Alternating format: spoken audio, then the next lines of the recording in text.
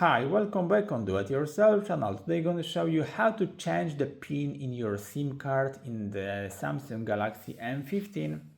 So if you want to change the pin of your SIM card, so slide up, go to settings here, search for connection, which is an upper here, and there is a SIM manager.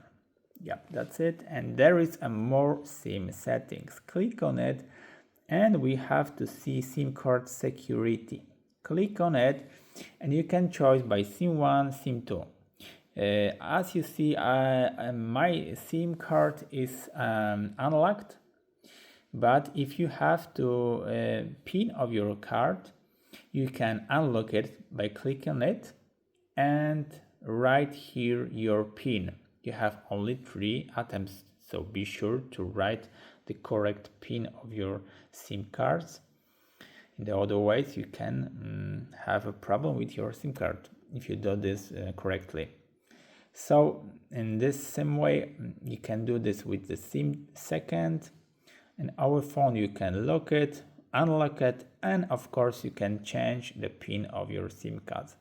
So that's it for now. I hope the video is helpful for you. If yes, you can leave like, leave comment, and leave subscribe, and see you by next video. Hey!